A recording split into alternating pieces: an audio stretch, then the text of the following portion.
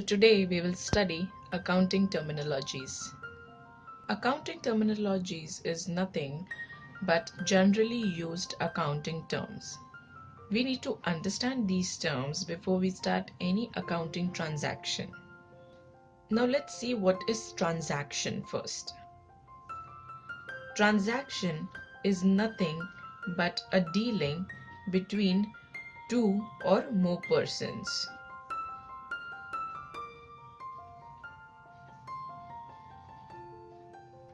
In this particular dealing, there is an exchange of goods or services.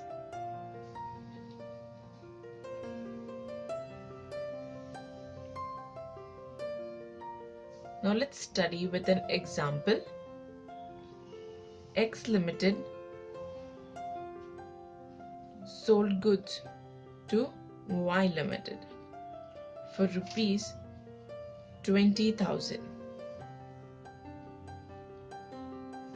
Now in this situation, X Limited has sold goods to Y Limited. There is a dealing going on between two persons, that is X Limited and Y Limited, for goods. Right? Now this is said to be a transaction. A transaction basically can be of three types. One is cash, credit, and barter. Let's start with barter. In barter transaction, goods are exchanged for goods. For example, X Limited will sell goods to Y Limited. In return, Y Limited will also transfer goods to X Limited. In this transaction, goods are exchanged for goods. Next is cash transaction. In cash transaction, X Limited will sell goods to Y Limited for say 20,000, and Y Limited will pay X Limited in cash. Right? Now why is cash different from credit? Because in this transaction, Y will pay cash to X Limited on the date the transaction is being done. For example, on this date, X Limited promised to sell goods to Y Limited. Now Y Limited will pay 20,000 on this date only. But in credit transaction, X Limited made a promise and sold goods on 1st April 2017 worth rupees 20,000. But Y Limited will pay X Limited in cash, but not on the same date, maybe a future date which is mutually agreed upon. For example, after 1 month, on maybe 1st May 2017. So credit is when you give a specific period of time, 30 days, or it can be anything, to the buyer to repay the money for the goods sold. Entry. Now what is entry? Entry is a format in which you enter or record your transaction. For example, let's see, X Limited sold goods to Y Limited for 20,000. Now this will be recorded or will be entered as an entry in the following format. We'll learn this in the later part, how to actually pass an entry, but for now this is how an entry is passed. Goods are going out or being sold, so they will be credited for 20,000, and cash is coming in or is what we'll get after sales of good, so 20,000 is what will be debited as cash, right? So this is an entry. Now let's see what is a narration. Narration is basically a brief explanation of the entry.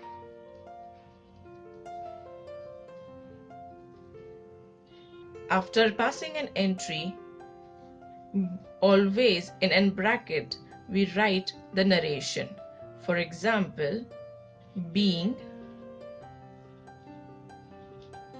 goods sold for cash. Now through this we get to know that goods have been sold for cash. And before starting or before writing a narration, we always start it with being. Next is goods. Goods is nothing but a commodity what a seller sells. For example, grains are goods for grocery store owner.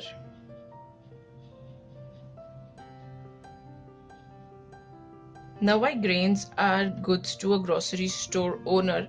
Because he sells grains on day-to-day basis to earn income, right? So grains become goods for grocery store owner.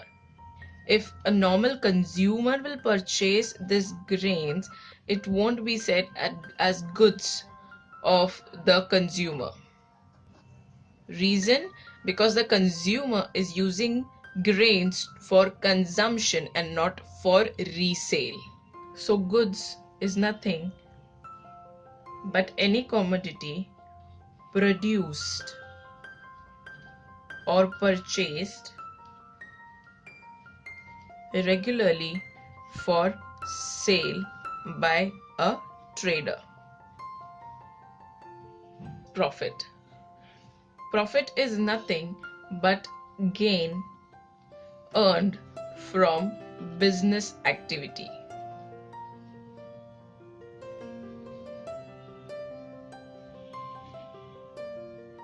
For example, when income of any business is greater or is more than expenses of any business, it results in profit. For example, ABC Limited earned an income of 10,000, but its expenses were only 6,000. So it earned a profit of rupees 4,000. This is also the formula of profit, that is income minus expense is equal to profit. Loss is when your expenses are more than income. Company incurs losses. For example, expense was 10,000 and income was say 4,000. So the company went into a loss of 6,000. So the formula for loss will be expense minus income is equal to loss. Now let's see the difference between profit and income. For example, X Limited sold goods on 1st Jan and earned sale of rupees 20,000. On 2nd Jan, it again sold goods for rupees 10,000. And on 3rd Jan, it again sold goods for rupees 30,000. Now, the total of sale is 50,000. Now, this 50,000 is known as income of X Limited. From this, suppose expenses of X Limited like rent, electricity, etc. were say rupees 5,000 and expenses to make these goods say were rupees 20,000. So the total expenses were 25,000. Now, income of 50,000 minus expenses of rupees 25,000 gives 25,000. Now this is known as profit. Profit is nothing but gain earned from business activity. When your income is greater than your expense, your income, your sale value. When this is greater than your expense, that is 25,000, you have to minus these two figures, and the amount what you get is nothing but your profit. Asset. Asset is nothing but a property owned by business, and this property is not for sale. In fact, this property is used by the business for producing goods for sale. For example, machine. Now, machine is an example of an asset because it is a property of business. Business owns machine, and these machines are used to produce goods which are later sold in the market. Now, there are 5 types of asset: fixed, current, intangible, tangible, and fictitious asset. Fixed assets are the assets which are held for a long period of time, say maybe more than 1 year. For example, machine bought will be an example of fixed asset because once you bring the machine, it is used for generating goods for years. Next is current asset. Current asset is nothing but an asset used for a short period of time, which can be less than a year. Now, these assets are assets like cash or stock of goods. Now, this type of assets are generally maintained by company so that it can be sold easily, that is, it can be easily liquidated, and the cash can be used by company for other business purposes. Next is tangible asset. Now, tangible asset are anything or any asset which you can touch, feel, and see.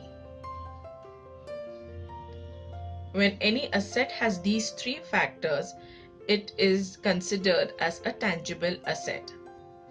Therefore, all fixed asset and all current asset are tangible asset. Now, intangible asset are exactly the opposite of tangible asset. Anything which you cannot touch, you cannot feel, or you cannot see, such type of assets are called as tangible assets. For example, goodwill. When a company makes goodwill, that is a reputation, a good reputation in the market is called as goodwill. Now, this goodwill cannot be seen, cannot be felt, and cannot be touched. So this is an example of intangible asset. Fictitious asset is any asset which does not have any realizable value. For example, preliminary expenses.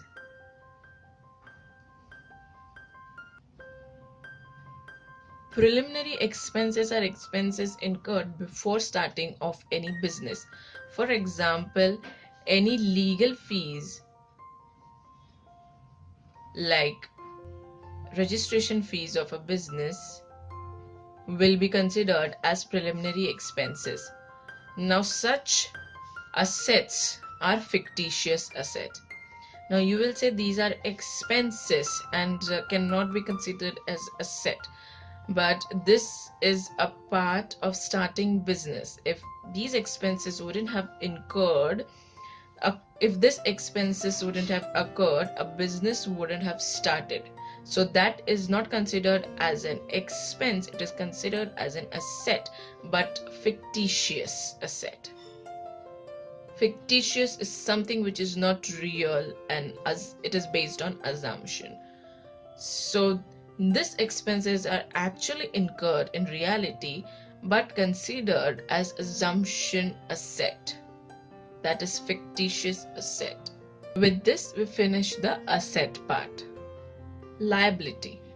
Now, liability is nothing but an obligation that a business has to pay at a future date. Now, liability are again of two types, fixed and current. Fixed liability, any liability paid while the winding up of business, that is when the business is going to close. All liabilities or all obligations that are paid are called as fixed liability. For example, bank loan. When a company takes loan from bank, it has to pay bank loan at a certain date. Now this loan can be extended or can be paid while the company is winding up or closing. This loan is a must to pay. Now this is something called as fixed liability, that is the fixed obligation. Before winding up or at winding up of any business, the company has to pay bank loan. Next is current liability. Current liability is nothing but a liability that is to be paid within a year. For example, payment to suppliers.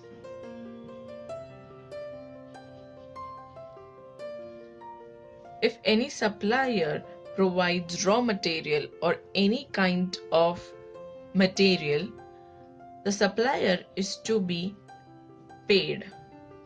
And now this payment should be made within a year.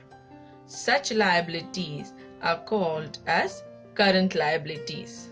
With this, we finish the liability part. Contingent liabilities are nothing but a liability that will be paid based on happening or non-happening of an particular event. For example, workers' union filed case in court of law against a company for increase in their wages. Now, these wages are to be increased by 5 lakhs for say 10 workers.